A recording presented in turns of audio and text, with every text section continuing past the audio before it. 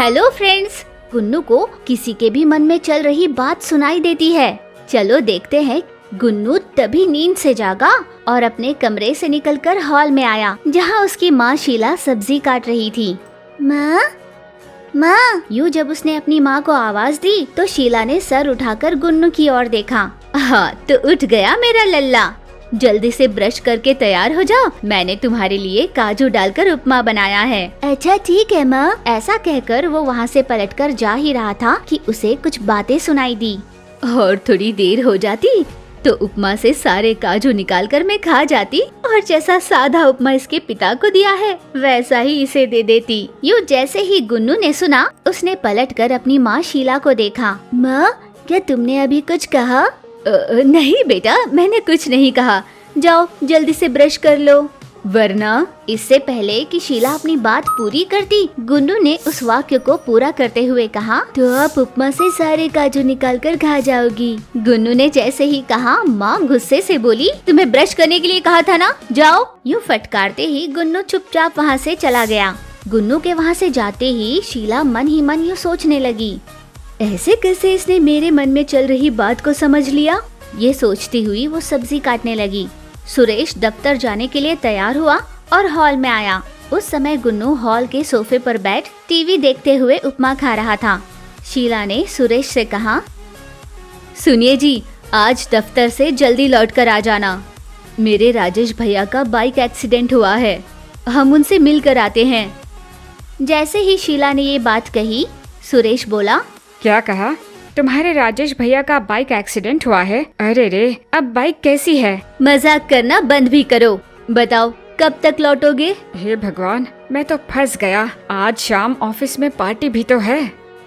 अब मुझे कोई न कोई अच्छा बहाना तो बनाना ही होगा। क्या हुआ, यूँ बुत बनकर क्यों खड़े हो? कुछ कहते क्यों नहीं? यूँ जब माँ शीला ने कहा तो उपमा खा रहे गुन्नू ने माँ की ओर मुड़कर कहा, माँ, अभी पापा ने कहा तो सही कि आज उनके ऑफिस में पार्टी है। जैसे ही गुन्नू ने ये कहा, सुरेश दंग रह गया। हे भगवान, कहीं गलती से मैंने ये बात जोर से तो नहीं कह दी? अच्छा, तो ऑफिस के पार्टी के बारे में आपने गुन्नू को बताया? मैंने कब कहा? तुम्हारे सामने ही तो खड़ा हूँ मैं। कोई पार्टी वार्टी नहीं है। आज शाम में ऑफिस में मीटिंग है और मीटिंग खत्म करने से पहले मैं नहीं लौट सकता। अच्छा ठीक है, मैं जा आती हूँ, पर पहले मुझे 2000 रुपए तो दीजिए। हाँ, तो क्या मैं अस्पताल खाली हाथ जाऊंगी? 2-4 तरह के फल लेकर जाऊंगी ना। सुरेश ने तुरंत अपने जेब से कुछ पैसे निकाल कर उसे दे दिए।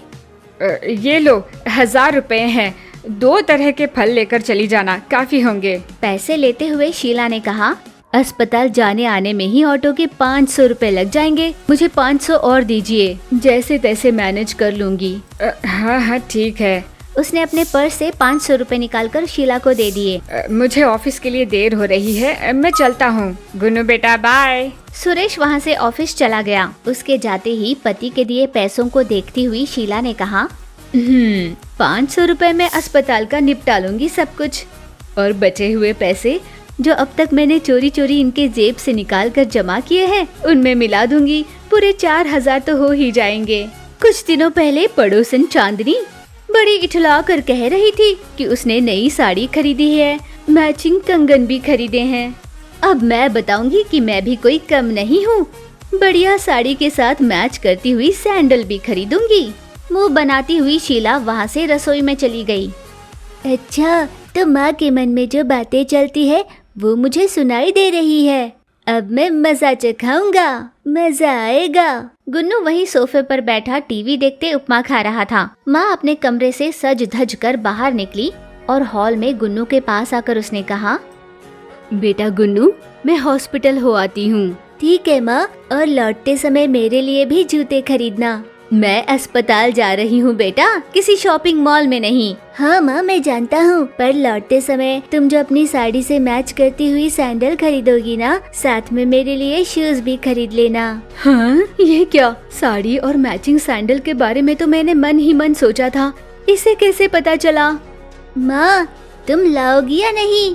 अगर तुमने मेरे लिए शूज नहीं लाया तो मैं पापा को बता दूंगा कि आप चोरी चोरी उनके जेब से हर रोज पैसे निकालती हैं। अब तो मुझे कोई डाउट नहीं, ये जरूर मेरे मन की बात पढ़ रहा है। अब मुझे तो इसकी बात माननी पड़ेगी।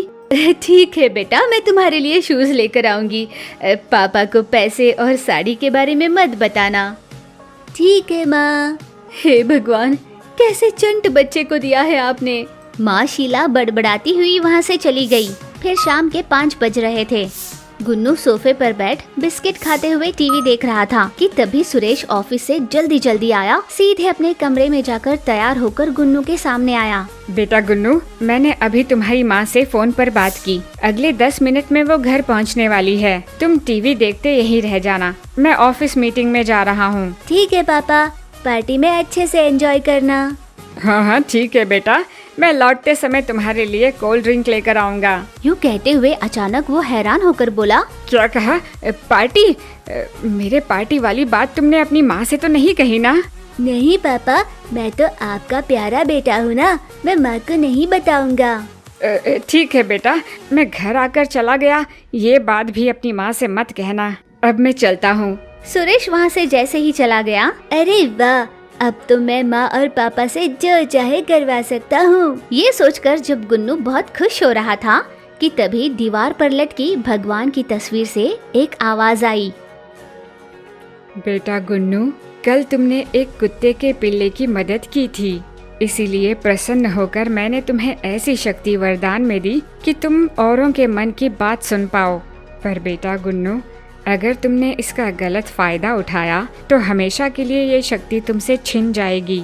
जैसे ही भगवान जी की तस्वीर से ये आवाज आई, गुन्नू ने हाथ जोड़ते हुए कहा, ठीक है पापा, मैं आज के बाद कभी भी इसका गलत फायदा नहीं उठाऊंगा। भगवान को वचन दिया। तो ये थी आज की कहानी। अगर ये कहानी आपको अच्छी लगी तो इसे लाइक और अपने दोस्तों में शेयर जरूर कीजिएगा और सब्सक्राइब करना मत भूलिए। ऐसी और इंटरेस्टिंग कहानी के साथ हम फिर लौटेंगे।